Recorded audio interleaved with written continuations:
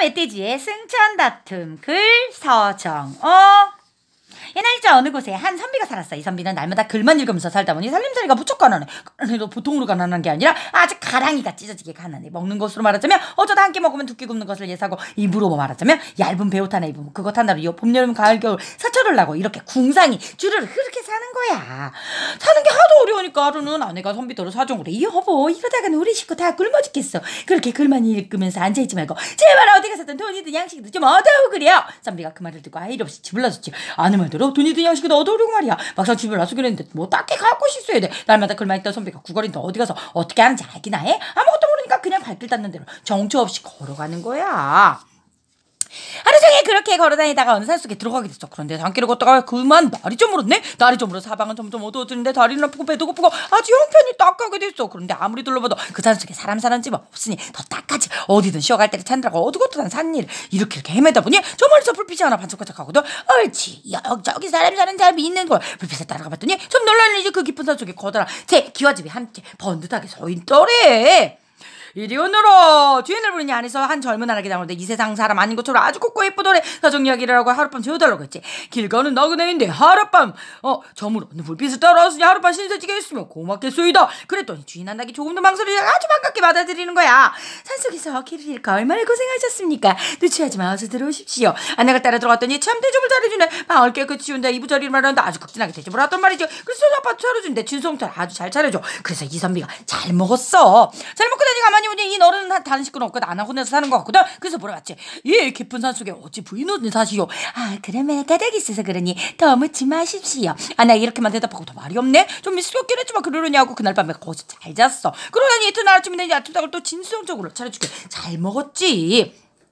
선비가 고맙다는 인사를 하고 길을 떠나려더니 안하게 마당에서 간곡하게 말하기를 이 집에는 정말 아무도 없으니 선비님께서 괜찮으시다면 여기서 더 묵어 가십시오. 제가 잘못이더니 그저 내 집이라고 여기고 며칠이 되든 몇 달이 되든 더 쉬어 가십시오. 이러거든. 그래서 선비가 굶는 식구들을 돈과 양식을 얻으러 온 사정을 다 이야기했어. 고마우였습니다. 사정이 이처럼 딱하니 어찌 여기서 지체하겠소. 그러니까 아무 걱정 마십시오. 아무 걱정 마십시오.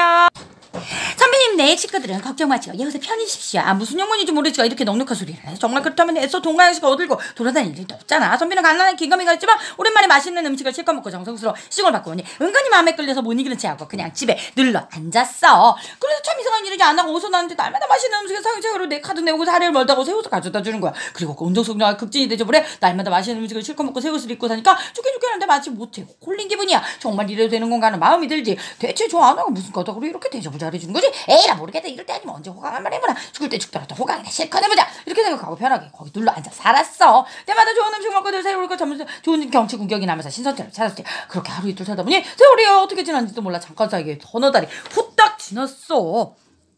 선아들이 후딱 지나니까 그때서야 선배가 정신이 뻑쩍 들었어요. 저기 여기서 잘 먹고 살면 잘 지내는데 집에 들어온 아이들 어떻게 지내는지 걱정이 되거든. 식구들이 보고 싶기도 하고 은근히 미안하기도 하고 말이야. 그래서 하루는 안아가기 말을 했어. 당신 때문에 호강하고 지내 시간 가는 줄 몰랐는데 이제 생각하니 집에 들어오는 식구들이 어떻게 지내는지 궁금하구려. 그러니 집에 좀 다녀오겠어. 그러십시오. 제가 노자를 마련해드릴 테니 다녀오십시오. 요새까지 넉넉하게 마련해줄 거야. 그거 가지고 집으로 갔어. 하루 종일 걸어서 전에 살던 동네에 갔지. 동네에 더덕더덕 들어가니 저 집을 이게 웬일이야. 집에 온데간데 없네 그려. 자기 집이 전에는 쓰러져가는 초고집인데 그저 온데간데 없고 자리에 커다란 기아집이 우뚝 서 있거든. 이상한 일도 다 있다 하고 그 기아집을 들어가보니 아내와 아이들이 그 집에 살고 있어서 선비가 들어가니 식구들이 와서 다 반갑게 맞았는데 모두 다 아주 딴 사람이 돼서 살고 있는 거야. 전에는 끼니를 인내 거르네 했었는데 곳간에 격식을 끄덕하게 싸우는 거. 전에는 얇은 배우탄으로 사철을 하던 식구들이 이제는 비단노래 가죽시대 번쩍번쩍 잘 차리고 살고 있거든. 놀랄 일이 아니고 뭐야.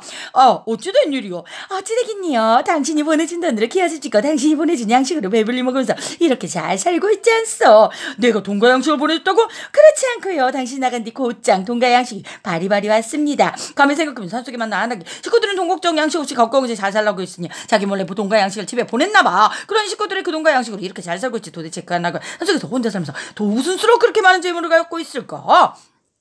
어찌됐거나 집안 식구들이 잘 살고 있으니 마음이 내서 선배는 그동안 있었던 일을 아내에게 쭉 말해줬어. 집을 나가서 저 산속에 알던 날이 저물어 불빛을 집을 찾아갔더니 거기 사는 젊은 아에게 대접받으니 길을 떠내려가다 도로 주저앉아 잘 먹고 잘 입고 여태 지낸 일을 죄다 말해줬지. 그리고 많은 돈과 양식도 그날 안 하는 게 보내준 거라고 했어. 그랬더니 아내도 참 고마워해. 선배가 오랜만에 식구들을 만나 집에서 며칠을 보냈어. 그러다 보니 산속에 있는 아낙 생각이 나거든. 또 나올 때 집에 잠깐 다녀오게 해가지고 자기를 얼마나 기다렸을 거 아니야. 그래서 아내더러 말을 했어. 아무래도 그 아낙이 기다릴 수가 있을 것 같아. 내 다시 산속으로 가볼까 하는데 괜찮겠어? 그러시구려. 그래요. 아예 앞으로 당신은 우리 집에 조금 그 집에서 조금 이렇게 왔다 갔다 하면서 지내시구려. 정말 그래도 되겠어. 그렇게 고마운 사람을 나물러라 하시죠. 고마운 말씀이요. 그럼 내 다녀오리다. 선비가 다시 단속으로 들어가 집을 나섰어. 집을 나서서 그 산을 하는데 하루 종일 걸어서 어둑어둑한 저녁에 물에서 막산으로 들어가나 어기에 이르렀지. 선비가 막산으로 오르려 하는데 오동나무에서 웬 사람이 썩 나타나는 거야. 머리고 수염이고 온통 하얀 할아버지가 나타나서 선비를 불러 세우더래. 여보게 선비. 왜 그러십니까? 자네 지금 이 산 속에 사는 어떤 안악을 찾아가는 길이지? 예, 그렇습니다. 그 안악에 이 은혜를 입은 일이 있고.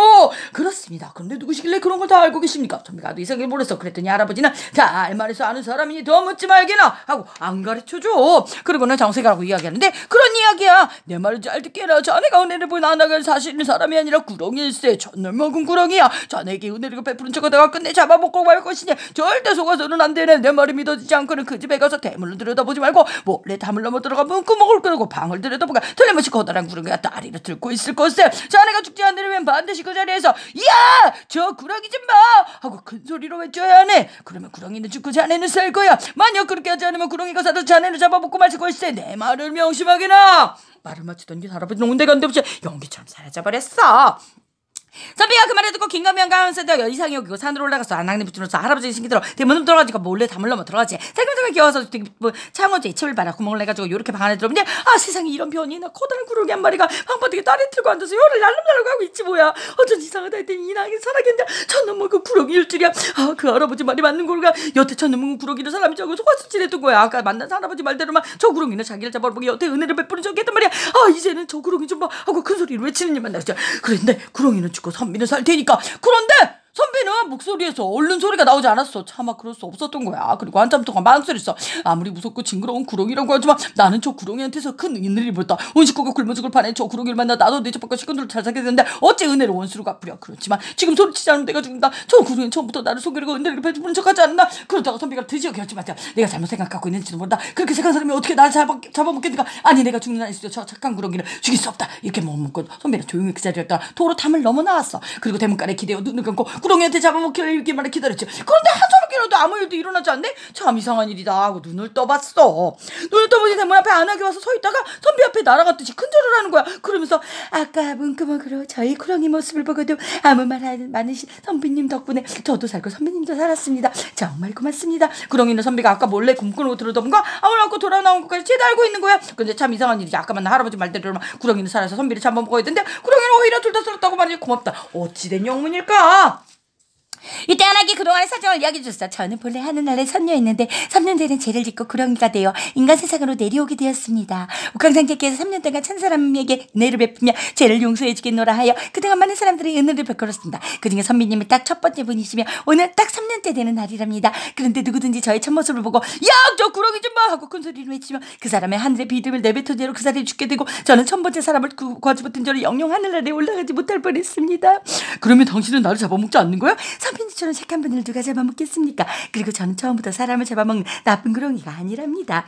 아까 내가 만난 할아버지는 왜 그런 말을 했어? 그 할아버지는 본래 하늘나라의 문지기였는데 저처럼 3년 전에 죄를 띠고 멧돼지가 되어 인간 세상으로 내려왔습니다. 그런데 옥황상제께를 말씀하시기를 우리들 중에 하나만 하늘나라로 올라올 수 있다고 했습니다. 만약 제가 오늘 하늘나라에 올라가지 못하면 저 대신 멧돼지 노인이 하늘나라에 올라가게 돼 있는 것이지요. 멧돼지 노인은 한사코 저를 하늘나라에 올라가지 못하게 하려고 그런 거짓말을 꾸민 것입니다.